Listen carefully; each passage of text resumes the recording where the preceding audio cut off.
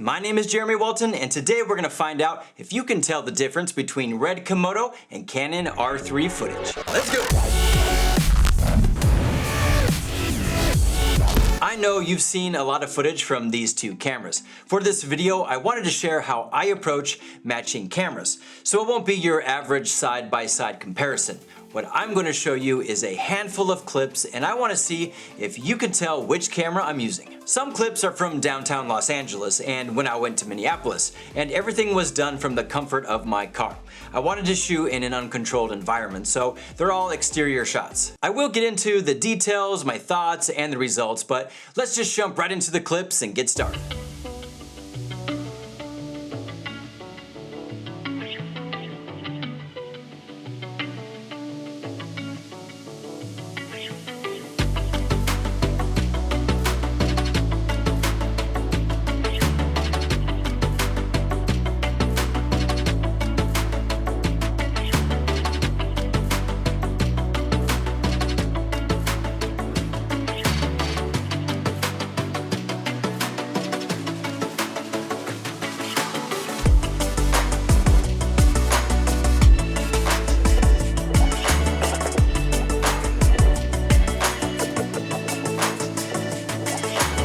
So how was it? Easy? Difficult?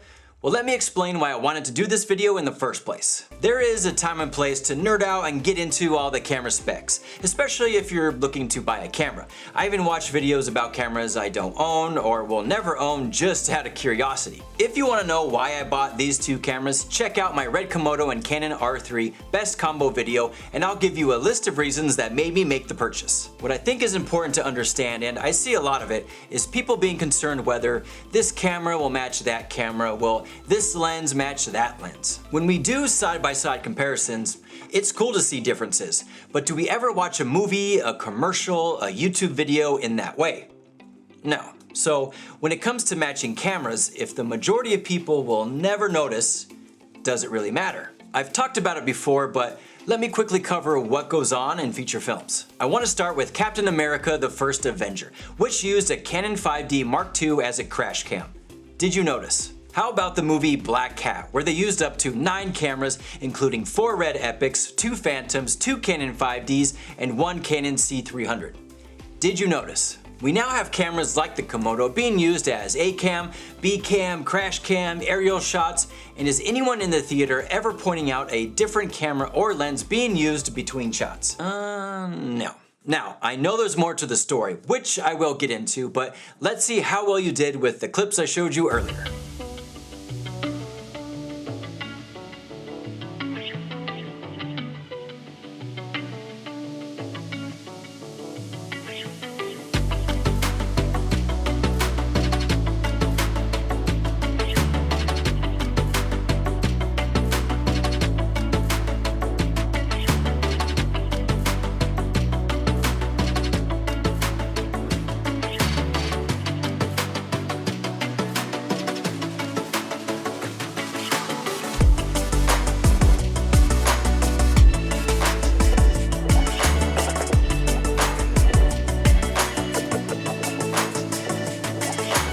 Now, don't get mad because I threw in a GH5 and iPhone clip.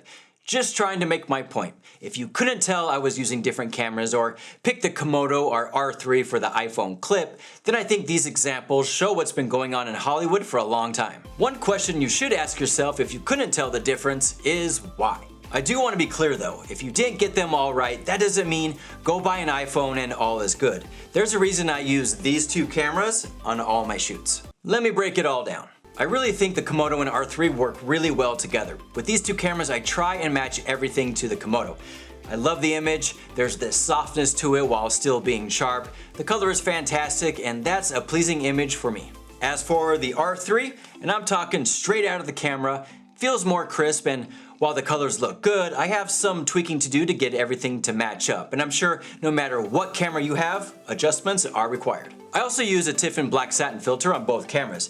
I did do a video of my favorite diffusion filters for the Canon R3 if you want more info, and I will be doing a video for the Komodo as well. So if you want any examples, just comment below. Now, you might be thinking, oh, well, you're tricking us or doing things to manipulate the image so it's harder to tell. Well, yeah, Of course I am.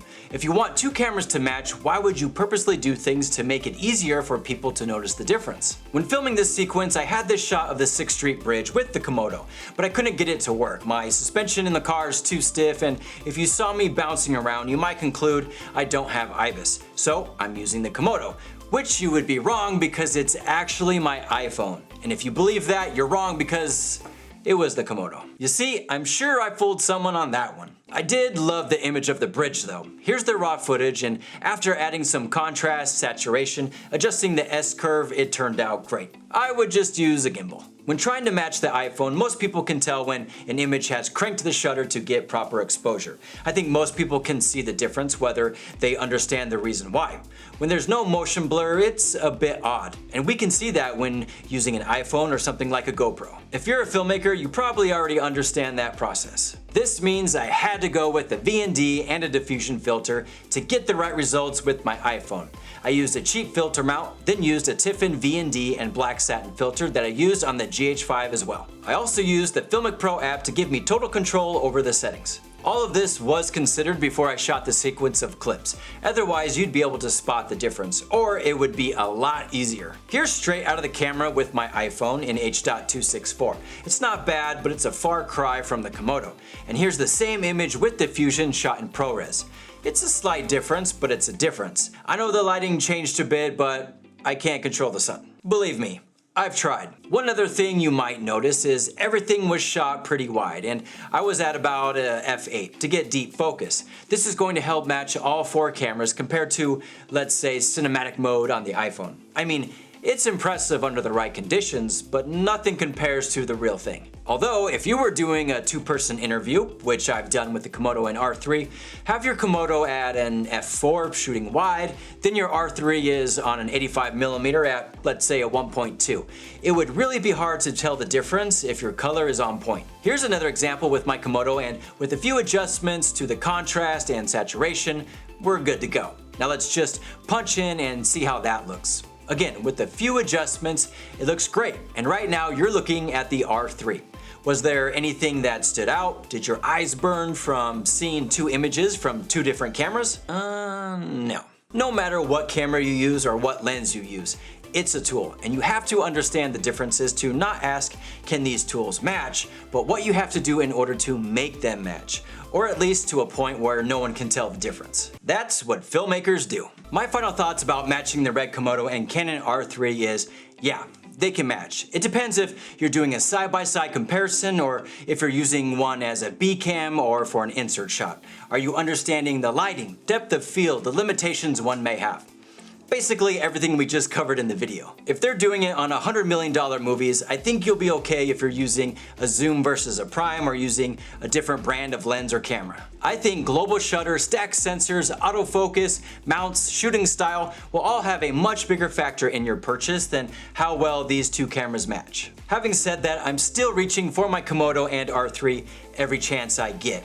Just because I might have fooled you with an iPhone clip doesn't mean I want to shoot a feature or interview with it. I just wanted to show you my approach and how I look at matching cameras. I'm still going to be doing deep dives into camera specs and watching side-by-side comparison videos, but I'm also going to be utilizing different cameras and lenses when I need to and not really worry about it that much. Well, there you have it. Can you tell the difference between RED Komodo and Canon R3 footage? Hope you enjoyed the video. Hit that like button because there's definitely more in the way. Subscribe so you don't miss out. Leave a comment below if you were able to tell the difference. Until next time, it's a wrap.